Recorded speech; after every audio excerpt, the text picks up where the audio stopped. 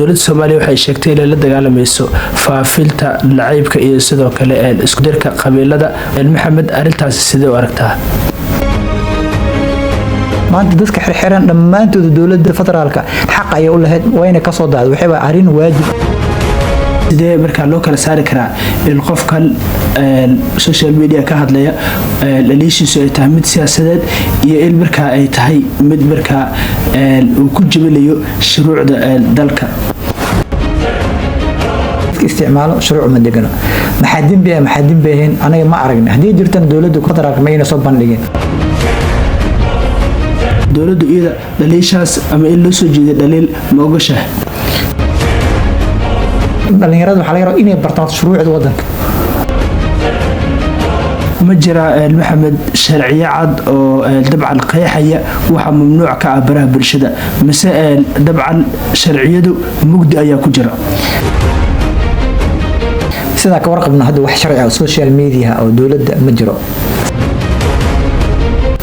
maxamed haddii maanta adigu lagugu eedeeyo qoraal aad markaa Facebook ku qortay ama TikTok muuqaal markaa aad soo gelisay in markaa uu yahay kicil bulsho ma ku kalsoon tahay in cadaalad lagu siin doono maxaase arintan ku damaanad qaadaya aan dowladda ka soo horjeeda qorya qaadana wax saas sameeyna ma dhihin بسم الله الرحمن الرحيم السلام عليكم ورحمة الله تعالى وبركاته كل وعل صاحب يال ملبو جوكتان كل سود هذا الصومالي دمانتا موقال كيلا مالتا وحلكو هاد للدولة أنا من الحريرة دي دوالها لغو حري مقالة بوقتشو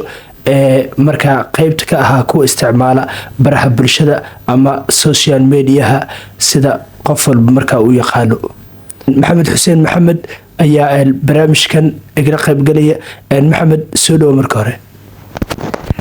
aad u dhawaay Soomaalida maanta waana mowduuc xasaasi ah oo muhiim ah in laga hadlo mowduuca maanta aad dooratay caawada aad dooratay mise maanta xilliga idin tahay qof walba xilli oo daawanayo waqtiga oo tahay ku xirantahay markale kula waxaan saaxiibayaal barnaamijkeena ayaan gudagaleela maxamed xuseen maxamed ayaa barnaamijkan igala qayb galaya maalmihii ugu dambeeyay waxaan arkeelay dhalinyaro markaa isticmaasha social media gaar ahaan baraha YouTube iyo sidoo kale Facebook kuwaas oo markaa muuqaalo ku soo gudbiya dowladda federaalka Soomaaliya markaa gaar ahaan laamaha ammaanku ay xabsiga u taxaabeen waxa ka sii horeysay dhalinyaro kale oo gabdho badla kuwaas oo kol hore markaa la xiray lala sii daayay xukunno kadib dowladda Soomaaliya waxay sheegtay inay la dagaalamayso faafinta nacaybka iyo sidoo kale isku dirka qabiilada waxaana sidoo kale ay la dagaalamaysaa arrimaha la xiriira dhaqan xumada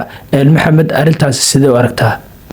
ma santahay horta dowladda waxay waajibka iyaga ay ku lahayd shacabka ay gudatay waana arin aad u weyn oo ahayd in booliska iyo gobolka Banaadir hore ugu soo jawaabaan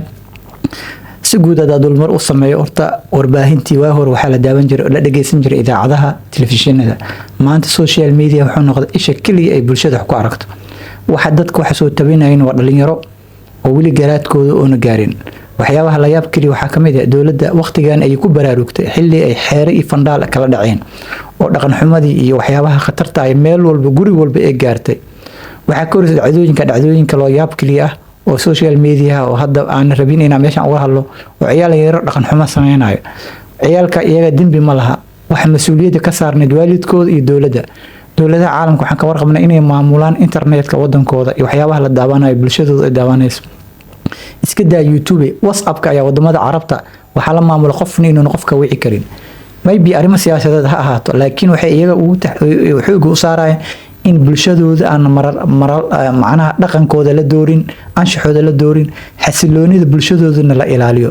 marka media maanta waxay social media waa warbaahin shacabka gacanta ugu jirto maanta aniga adiga oo Soomaalida maanta aan ka hadlayno waxaan nahay awood waxa u dhignaa telefishinka qaranka oo kale had telefishinka qaranka cid daawanaysa male waxa laga daawanaa cunug yar ciyaal TikTok oo baawur isku dhigaya ayaa ka saameyn badan warbaahinta qaranka oo dhan marka waaqica nolosha way maanta adduunyada ay joogto maanta CNN-ka yaa daawado waa may Al Jazeera yaa daawado cidna media BBC yaa dhageyso BBC heer waxay maraysaa meel laamo badan iska xirta dhawaan waxay furtay BBC sidoo kale barta TikTok taas oo dad badan markaa ka falceliyeen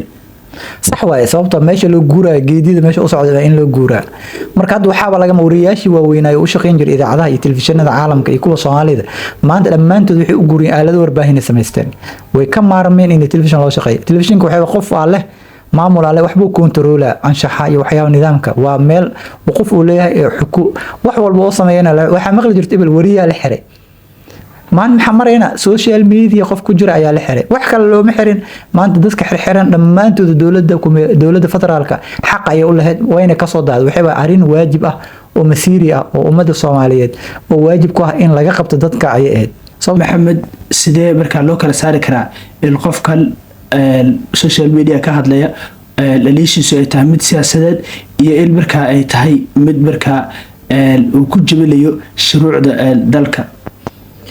sida normalka ah wadankeena sida ka warqab shuruuc media uma degano oo social media shuruucda warbaahintu way degantaa laakiin social media dadka isticmaalo shuruuc uma degano maxaa dambeeyeen anaga ma aragna hadii jirtan dawladdu ku federaalka ma inay soo bandhigeen baraha mareegta dawladda ay leedahay waxa la media waxana mamnuuc ka lama sheegi karo sida ka warqab idaacadaha iyo telefishinada iyo xeer ay leeyihiin oo dawladda kula xisaabtan hadii ku xadgudub wariye ku xadgudub loo dhaqmo laakiin maanta ma naqaano anaga maxamed marka soo ma dhici karto tusaale maxamed oo wasiir ah ama maamulka gobolka ah in hadii uu wax ka sheego marka kabta loo gadiyo la yiraahdo wuxuu aflagaadiyay ama u gafay ama uu xurba taray siyaasi hebel ama markaas marka si kale marka dhalinyarada marka loo gadiyo horta ma santa maalin xaas maxkamadii gabadhii Sacdi Bajaaj ahayd waa dhageysanayeen waa Saalax gudoomiyaha maxkamadda gobolka Banaadir gabadha su'aalo dhowr ayuu weydiiyay wuxuu dhahay marka wax dhaliilayso dhaliishaada ma muujiso qaab dhaliil ah maamulku waxa kacbana dhaliish ma dhahdo video ma soo dirtay waxay dhahdeen ma qoraal ahaan ayaa u raacsi marka loo eego dawladda waxay dadka sharci yaqaanada ah waxyaabo sharci marka dadka dhalinyarada social media waxyaabo waxa jir sharci ah personal attack qof shakhsi ah ina shakhsiyadiisa u gafto waxay xeer sharci ah ku qabanaa laakiin si guud oo common ah dawladdu waa dhaliil kara waxa laga sheegi kara maamul waa dhaliishan waa dhaliil ma ahan xumaani dhaliish waa wax tuuso hata maanta anaga caawada dhaliilin ma degmooyin gobolka Banaadir waxaan ku dhaliilin xumaan ma laakiin waxaan rabnaa inay wax noo hagaagaan amnigeena hadda aysano mid ka wanaagsan oo ciyaalka naga qasa dhaliish marka dhaliil wax toosinaysa miya mise dhaliil wax isku dirayso fidna kicinaysa miya dhaliil saxami dawladdu iyada dhaliishaas ama in loo soo jeedo dhaliil ma ogashahay